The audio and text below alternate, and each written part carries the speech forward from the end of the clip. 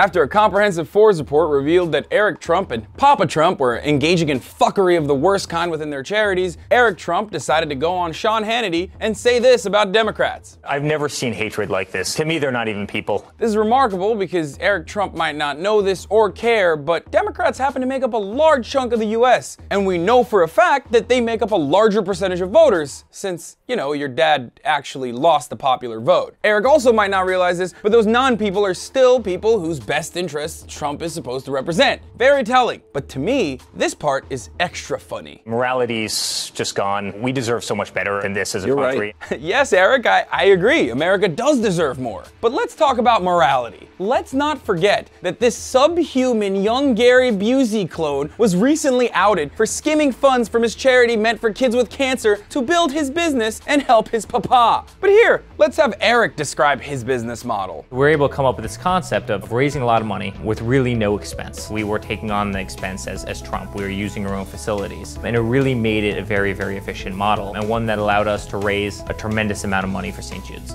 According to Forbes, St. Jude's was not the only thing that they were raising money for. They would throw these golf tournaments to raise money for St. Jude's, then send over smaller donations to other charities instead, with hopes that those charities would come back next year and use their golf courses to raise money, at which point they would pay in full to the Trump organization. He also did redirect funds to Papa illegally. But why is this a surprise? I mean, our glorious leader has a history of misusing other people's charitable donations to his foundation. This is the Trump MO. Trump used his charity's money to pay his business expenses and make personal purchases. Personal purchases like a portrait or a private chef. And look, I don't give a shit about Eric Trump. I actually love when either of the Trump boys come outside the golf resort cavern to keep their blood boys in and give statements to the press, because they oftentimes reveal the true intentions of Trump. Like when Eric basically admitted that the Syrian bombing was to squash the whole Russia collusion thing. I think Syria, quite frankly, demonstrated that it wasn't exactly anything with Russia. I've also set aside the glaringly obvious and unprecedented conflicts of interest his family business represents, like when Eric shows his financial reports to Papa. It doesn't blur the lines. You're allowed to show that. And remember, the President of the United States has zero conflicts of interest. Zero. Oh, zero, you say? Like the zero conflicts of interest for when it comes to building hotels in areas that voted heavily for Trump. You're going to build hotels in Trump country. Are you trying to make money off the politics? It has nothing to do with politics. I mean, we're trying to make money off of a hotel brand that we feel there's an underserved market to. Sure. Look, all of the Trump statements end up showing the Trump way of thinking.